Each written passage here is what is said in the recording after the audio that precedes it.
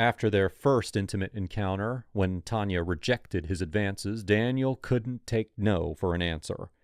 In a fit of rage, after physically assaulting and violating her, Daniel threw her lifeless body onto Peacock Drive, where she'd later be found. Thankfully, the DNA evidence from the semen and towel that he threw out would lead to his arrest. Tim? Yeah. Hey, this is Captain Mallet. I'm with the Pensacola Police Department. Hey, boss, how you doing? I'm great. So you don't know me. We've never met. But I want to let you know that I just made an arrest on your mother's murder. I'm sorry. What are you saying? Are you serious right now? Yes, sir. Serious. Oh, my God. I know it's been a long time. Yeah, man. I'm sorry, dude. I'm sorry. I'm freaking out right now. Thank you so much. Yes, sir. Unfortunately for Tonya McKinley's now fully grown son, Timothy, this justice was bittersweet, as Daniel would eventually end his own life in his prison cell just a few weeks later. Prior to this, Daniel had been charged with first-degree murder and sexual battery.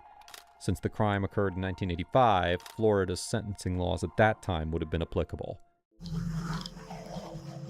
Hey, good, how are you doing? I'm Officer Earhart with the Pensacola Police Department. Do you have your license on you by any chance? Police have just pulled over 57-year-old Daniel Wells. He doesn't know it yet, but the entire department has been tracking his every move for days, ever since he became the prime suspect in a decades-old brutal murder case. You've avoided this day for 35 years. You have two options. Either you're going to stay this day coming for 35 years, you're wondering when you're going to get that knock at your door. What the officers don't realize is that Daniel has no prior record. He's never even been charged with a crime. And if investigators can't uncover undeniable proof, the real killer could walk free. And the murder of a young mother who never made it home may remain unsolved forever.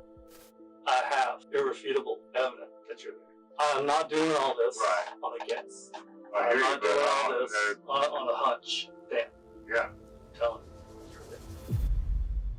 On New Year's Day, 1985, 23-year-old Tonya McKinley rang in the new year at Daryl's, a popular Pensacola bar.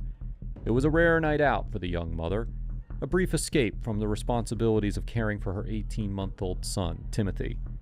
She laughed, drank, and mingled with friends and strangers alike, unaware that the night would end in horror. Sometime after 1:30 a.m., Tonya was last seen leaving the bar. Hours later, at 5:16 a.m., the celebration turned to tragedy. Passers-by stumbled upon a grim scene.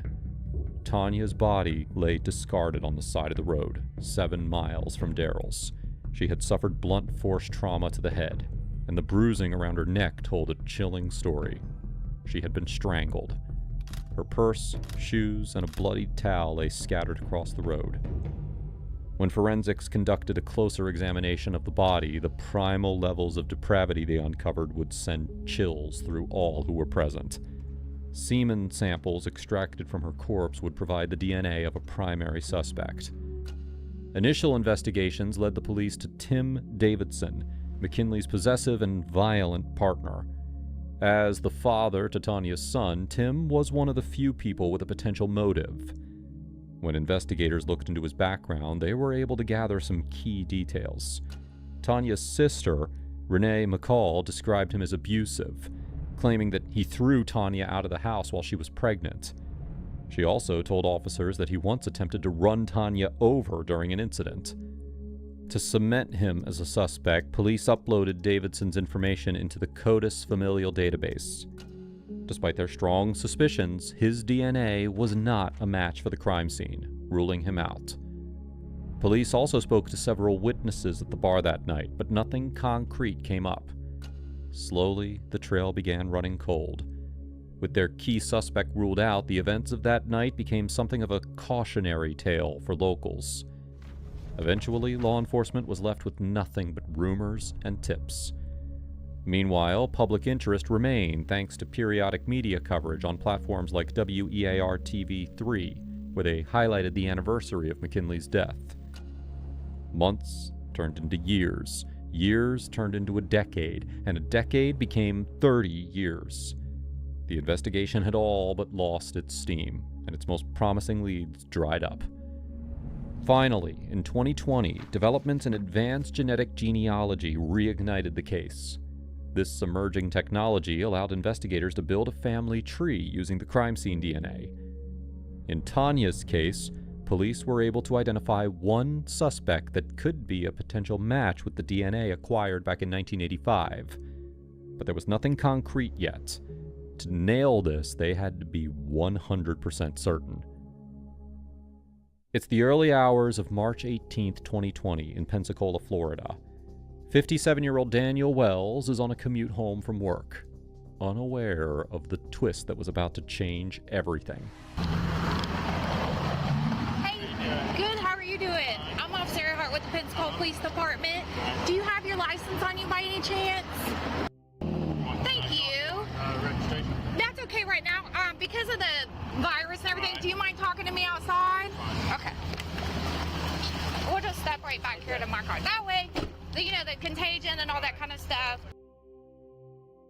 How you doing, Miss Wills? Yes, you do. How you doing? Miss Wills, you're going to have to come with us. We're going to be bringing you down to the police station and have a conversation. These two officers will be taking you down there. Okay, right. Sir, we'll discuss it when we get down there, but you're going to have to get into the car with them. Let me get your keys for you. Yeah, I'm with you. I'll get your keys for you. Just put your hands on this number right here. Officers apprehend Wells as the prime suspect in Tonya McKinley's murder investigation. They take him into custody without incident. Now, it may have seemed sudden, even unexpected, but investigators were working with solid evidence, the kind that would soon speak for itself. But the moments that follow his arrest will prove to be the most delicate. The detectives need to find Daniel's motives for a strong case against him. And with nearly 4 decades since the incident, they must avoid hazy recollections and gather hard facts. How they choose to collect this information unveils a side of the interrogation playbook that you rarely get to see. In the mid-'80s. Do you know a girl named Tonya McKinley? Tonya McKinley, no. Who was on Milton High School? Tonya McKinley, I knew a Tonya, Or Tonya Ethridge? no.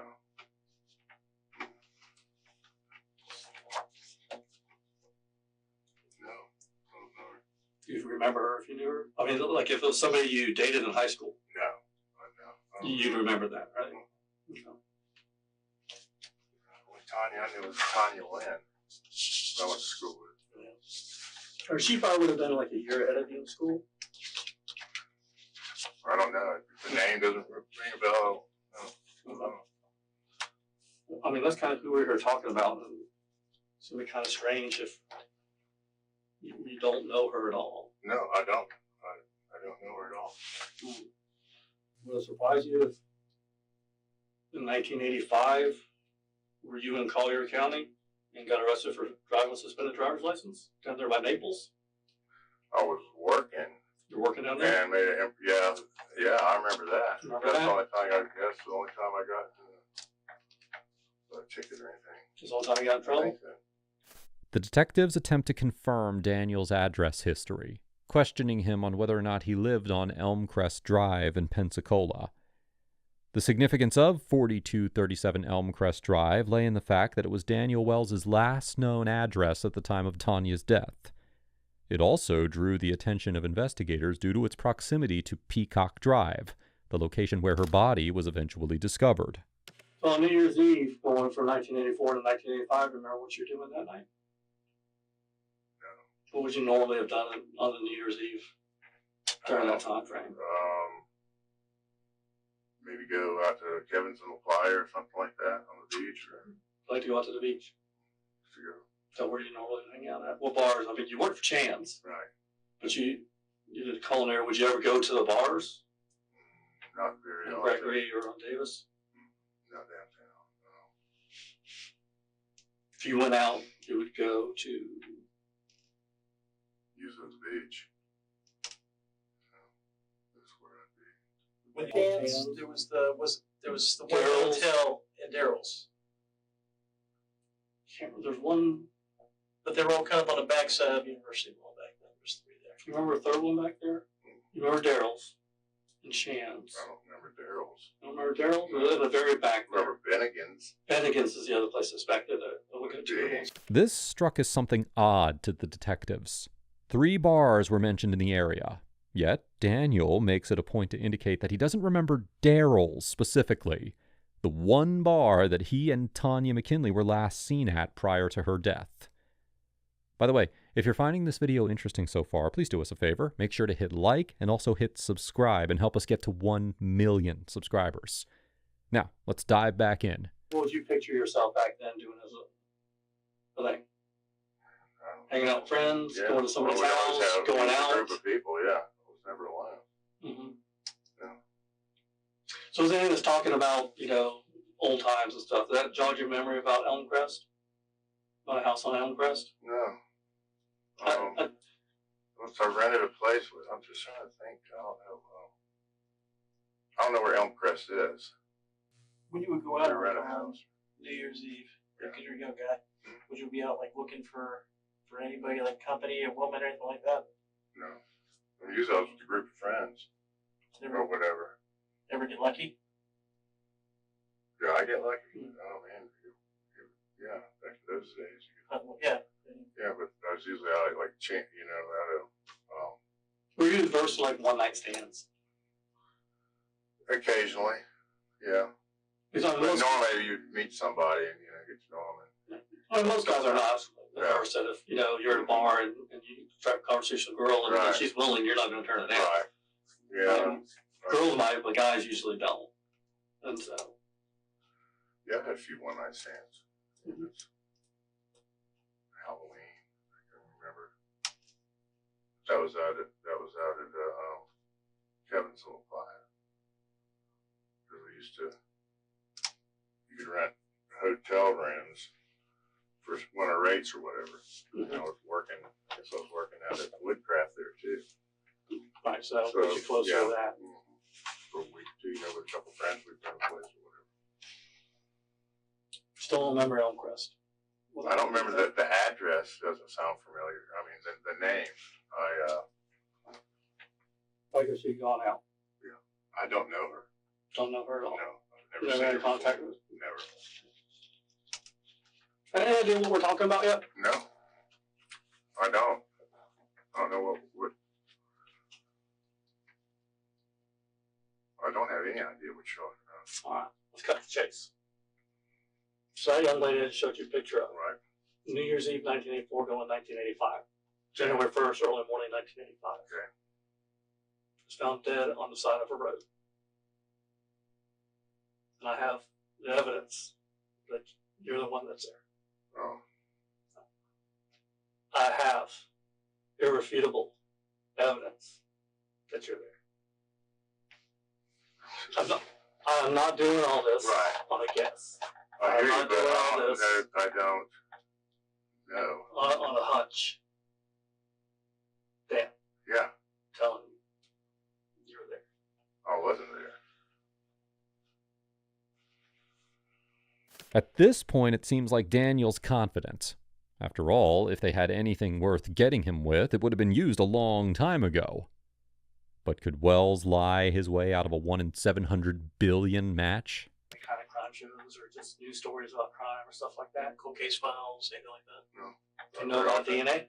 Yeah.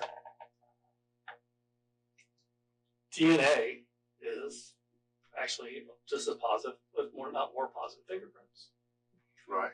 So I can prove to literally 1 in 700 billion chances you were there. That's where we're at. I'm not asking you. Right. Okay? We're not asking you if you're there. Honestly. I don't. It doesn't. Yeah, It's it's been been a one 35 night years. Yeah. It's been 35 years. This is the first time you've probably talked to the police about this. I'm sure of that. Yeah. Right? Have you noticed anything unusual for the last couple of weeks? No. Nobody around you looked unusual, seen a bunch of police cars for no reason, nothing No. like that. Felt like somebody was following you. No. No, what would happen? The thing is that your DNA is at this site. on this person. It is nobody else's except yours. There's no other explanation. Right? It can't be a possibility of somebody else's DNA. Your DNA is at this scene. Dan, I get this is your life. This is probably freaking you out a little bit. Right? But listen to me. There's a story here, right? And either you can choose to give that story about what happened, the chain of events that led to what ultimately happened as to why we're here. And you have a part to play in that. If you don't, it starts to look pretty bad as to why you're not explaining it. I don't Do you understand what I'm saying? understand. I mean, I have never hurt anybody in my life. That's what's, I mean, I've had one-night stands and stuff before, but it's like. Have you had a one-night stand with her before? No, I don't know her. I'm telling you, I cannot recognize her. I don't know the name. Dan? It's like you went back to school days. The only reason you're not telling us that you know who she is because you're afraid that somehow we'll find out that you're responsible for her death. We already know that you are. That's No what I'm way, trying to explain man. to you. I hear you. Just listen, right? This has been 35 years ago, right? This has been 35 years that you haven't had to face this, right? And all of a sudden, one day you're at work, you run your work day, everything's fine, you're on your way home, all of a sudden you get pulled over an hour later in this room and we're telling you this. It's a shock. And totally normal human behavior to be defensive about it. Nobody wants to admit, much like you sat there for a while and didn't want to admit that you had exposed yourself and masturbated women. We had to go through this whole process where you're like, nope, oh, well, yeah. Well, I did a little bit while I was peeing. And she said something, then I said something. That was it. Oh, wait, no, there was another time. We went through that whole process with you, right? Right. We're starting it over again. But we're going to end up in the same place because we're not here by accident. I'm being honest with you. I don't really like playing games. The detectives aren't lying here. The process of finding Daniel as the main suspect was unmistakable. The officers trailed him to preserve the element of surprise, preventing him from tampering with any new evidence. Given the fact that investigators had waited for 35 years since the murder, they couldn't risk anything that would destroy their ironclad case.